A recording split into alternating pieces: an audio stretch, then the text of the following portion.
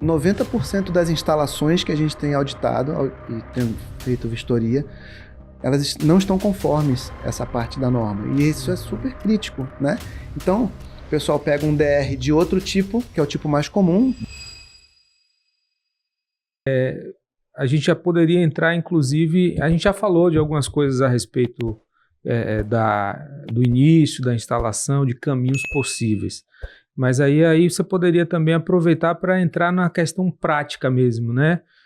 De como se dá o processo de instalação em um condomínio e os custos disso, porque, de certa forma, os custos estão atrelados, como o Henry perguntou, aí a algumas exigências normativas, né?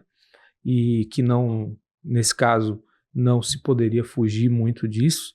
Então, e se é para fazer a instalação, ela precisa necessariamente se adequar às exigências normativas, né? Como é que essas exigências se inserem nesse cenário?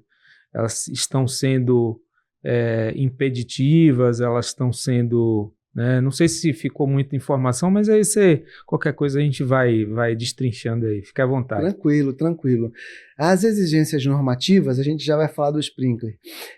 As exigências normativas, elas são simples, mas trazem uma segurança muito grande para as instalações. Só que, infelizmente, a gente tem no mercado um costume, né, até dos profissionais, e aí eu vou falar aqui para os eletricistas, né, de não lerem as normas, às vezes nem sabem o número da norma.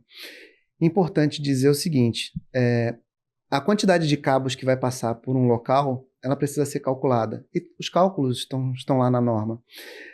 A corrente, né, a energia que vai passar por dentro do condutor, também precisa respeitar a tabela da norma. É pegar a norma, e é uma norma comprada, né? Dar uma lida na norma, né? E ir para fazer as instalações de forma segura.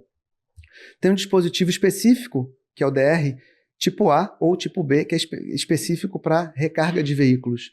Traz uma proteção ali para o veículo, para as pessoas, e que 90% das instalações que a gente tem auditado e tendo feito vistoria, elas não estão conformes essa parte da norma. E isso é super crítico, né? Então, o pessoal pega um DR de outro tipo, que é o tipo mais comum, DR para chuveiro. Inclusive, lá no nosso Instagram tem um vídeo que eu falo assim, olha só, mais uma instalação de chuveiro para a recarga do carro. Eu brinco fazendo esse paralelo. Então, assim, as exigências normativas, elas são importantes, mas são muito simples. Basta o pessoal começar realmente a ler, entender a norma, né? E fazer as instalações daquela forma. Quando a gente faz manual para o condomínio, e aí o próprio condomínio entrega para o condomínio que está interessado, tem todas essas explicações para entregar para o eletricista, por exemplo. Eu quero escolher essa empresa. Então, ali tem o que o eletricista precisa respeitar para fazer aquela instalação. Então, assim, exigências normativas, elas não inviabilizam as instalações, muito pelo contrário, tornam as instalações mais seguras. Agora, algumas exigências já da diretriz do Corpo de Bombeiros, que a gente estava falando sobre sprinkler, né?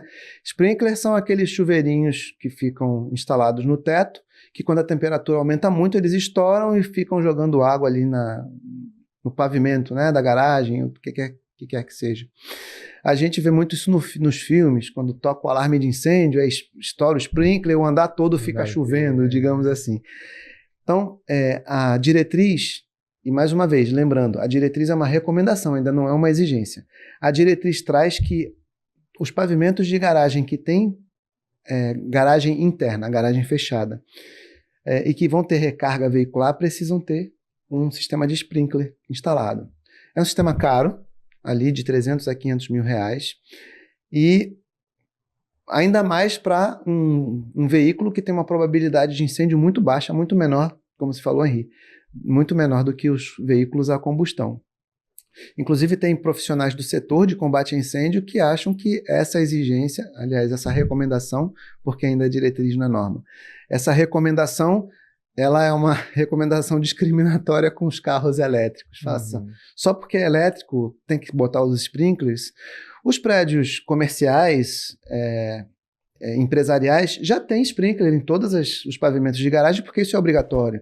Agora, os residenciais, realmente, para arcar com esse custo aí de 300 a 500 mil reais, né, não é um custo baixo.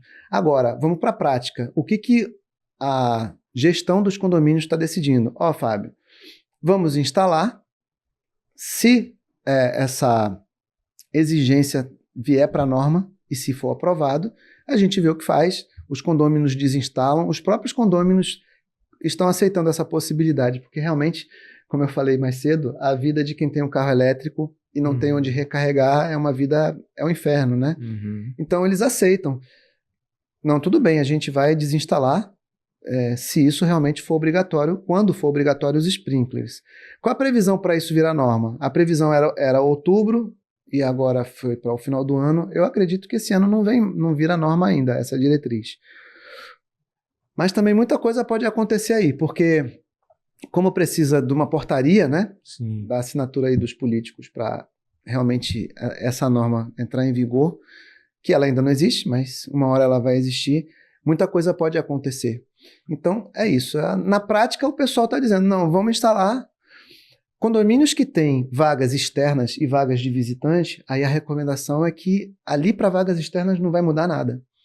Que possam fazer vagas rotativas ali na área externa, aí é uma boa solução também. Quando essa norma vier com a questão dos sprinklers, para vagas externas não é necessário, só para vagas internas. Sim, é uma boa dica. Uma excelente dica. É isso. No caso da instalação, tá? Como é que fica o depois? Porque você comentou aí da questão do profissional técnico que vai fazer a instalação. Perfeito? Que aí nem todo mundo vai chamar HC Energia, né, para fazer isso, né? Então, algumas pessoas vão tender ali a chamar seu Joaquim, seu Manuel, faz tudo para poder fazer qualquer coisa, tá? Assim, existe uma verificação posterior de órgão público, existe alguma certificação que precisa se ter, parecer de alguém para atestar que ali está dentro das normas ou não? Instalou, acabou, começa a usar, né? E o condomínio ali vai na sorte. Como é que funciona isso?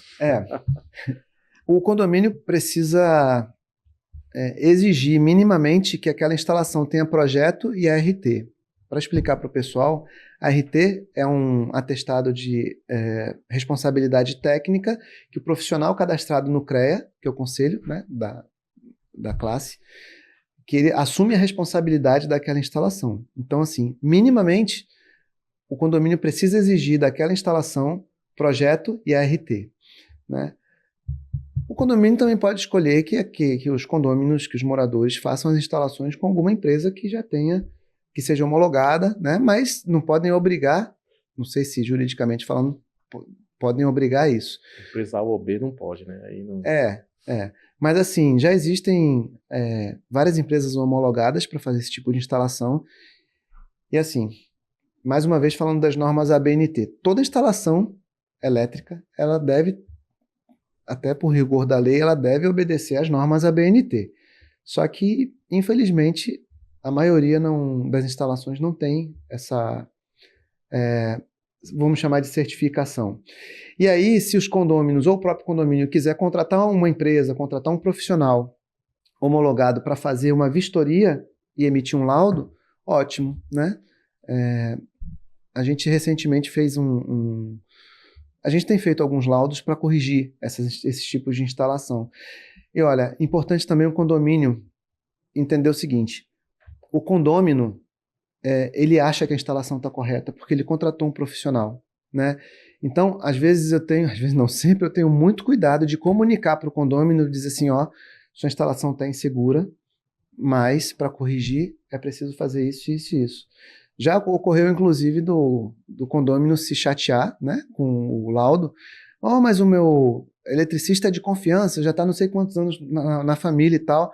Eu digo, ok, ele continua sendo de confiança, mas ele precisa instalar conforme essa norma BNT. E aí até converso com o próprio eletricista e tal, e se entende, porque a ideia não é punir nem penalizar, a ideia é resolver e orientar. Como se falou mais cedo, né? A informação, ela é muito, para esse tipo de assunto, ainda é muito rasa, né? Normalmente, tem muita desinformação. Então, é isso. Os condomínios podem contratar uma empresa ou um profissional, né? Obviamente credenciado ali no CREA, para fazer a vistoria, o laudo e a avaliação das instalações para ver se estão conforme as normas ABNT.